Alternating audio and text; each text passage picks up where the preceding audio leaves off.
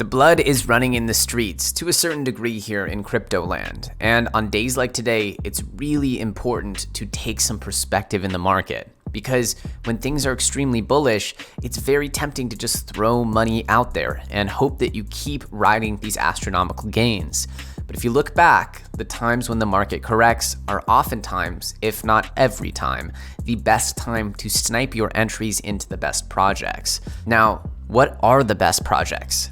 We're going to be talking about the way I see the market here at the beginning of April in 2021, as well as why I'm still so bullish here in crypto land. So if you guys are excited for this one and you need a little word of reassurance about where crypto is headed, then go ahead, destroy that like button. Remember that each and every comment on this video is entered to win your very own Ledger Nano S. And of course, if you see an LEO Trades in the comments asking you to contact them on WhatsApp, that is not me. That is a scammer pretending to be me. So with that said, let's dive in. First and foremost, a quick reminder of what we're fighting for here in crypto land. And that is just a chance at keeping the money creation that we have earned.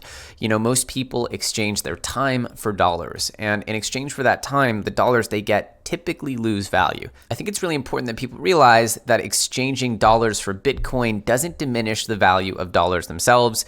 In fact, I believe that dollars or fiat currencies in general will essentially be always needed as payments rails that work on top of Bitcoin layer for firm assets. Just like the gold standard and the dollar had some synergy before, I believe that sovereign national currencies like the dollar will essentially be necessary vehicles and instruments to work with these hard assets that are cryptocurrency, and specifically Bitcoin. But with that said, as we price Bitcoin in dollars, understanding that the world is getting ready to inject more and more and more new dollars into the ecosystem in expectations of providing some relief for not only the crisis that we're in with the economy, but overarching issues with the economy that have been growing and growing for the last few decades. So it's important that you realize that headlines like this, to me, are just the beginning. This is not the end, as what we see is political will to shove more and more stimulus, more and more relief into these bills. This is after we just got off the back of a $1.9 trillion stimulus. We're talking astronomical numbers. And if there's any parabolic chart on Earth worth constantly paying attention to, it's this one, which essentially shows the growth of money supply over the last 40 plus years. We have here since 1975 a growth of the money supply that was relatively constant, and it grew at a fairly linear rate. And then since about 2010, the financial crisis, 2008, we got a very significant uptick in the amount of money supply entering into the ecosystem. And then we get a full-blown explosion parabola where we just essentially printed as much money as we ever have, many more times than all of this money printing combined, we printed right here.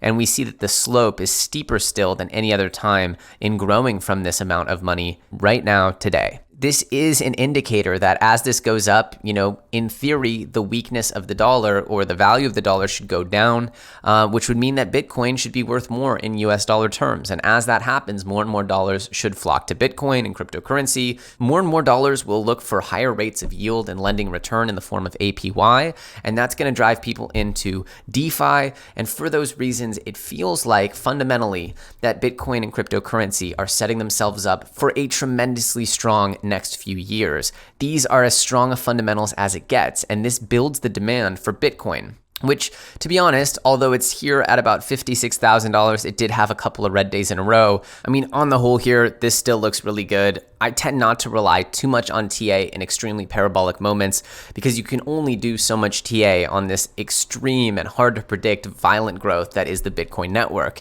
Regardless, the fundamentals keep pouring in, the amount of people who want to use and rely on Bitcoin keeps growing, and as that happens, the opportunity for the altcoin space remains extremely fertile and extremely opportunistic.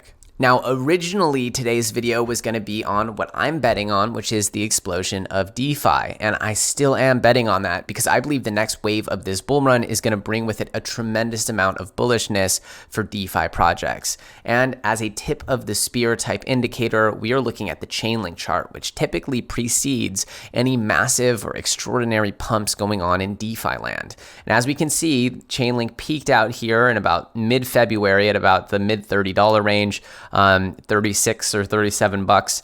And as you can see, we've been working our way back up there, getting as close as we've been just yesterday before getting knocked down today. But I believe that this is going to be a chart that eventually reaches and tops this prior high of 37 bucks. And when it does that and it explodes upwards, I believe we're going to see a huge rebirth of DeFi. So in the blood, in the rubble, as people are getting scared and the weak hands are releasing their coins, I believe that DeFi projects are something that you definitely want to be paying attention to for some extraordinary gains in the next leg of this bull run. And of course, in moments like this, projects that have been extremely exciting for the last few months, specifically in the NFT sector, have started to get hit pretty hard. And that, of course, is a lot of the tourists leaving the NFT sector looking for the next quick opportunity. And this is, of course, where good opportunities typically start to emerge, is when the FOMO passes, the blood emerges, and the people who understand the future of the space and where the projects are that are making disruption, they can get better opportunity. So things are getting pretty bloody in NFT land,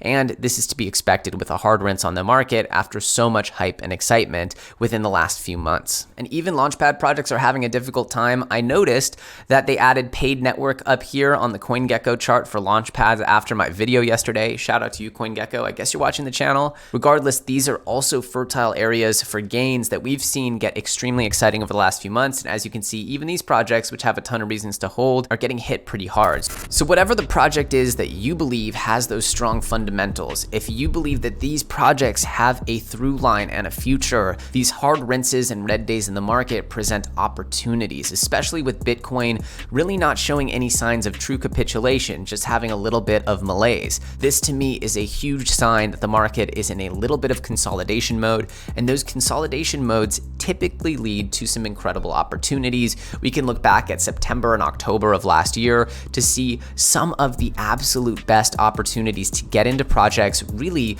probably in crypto's history. And this was after a bloody red correction of DeFi summer. And I told everyone then, as I'm telling people now, which is these moments of boringness, of negativity, of malaise, of hard rinses, they offer the opportunity for you to get in and rewind time on things like SushiSwap, which we were talking about at $1 after the collapse, saying, hey, look at all these fundamentals. But at the time, people were calling it a scam coin and a meme coin. It's important to understand that as you analyze fundamentals and you understand the market better, you want to counter trade the emotion of the market. When people are emotionally selling or there's a ton of red and it seems to be a macro movement of the market, but at the same time, there's no huge instability in Bitcoin, there's no huge instability in Ethereum, these are the types of things that offer huge opportunities to you. So I sincerely hope that this video helps you out in understanding the market and plotting your entries and potential movements throughout the next few days and weeks. Again, if I'm ever really worried about the market, I will tell you,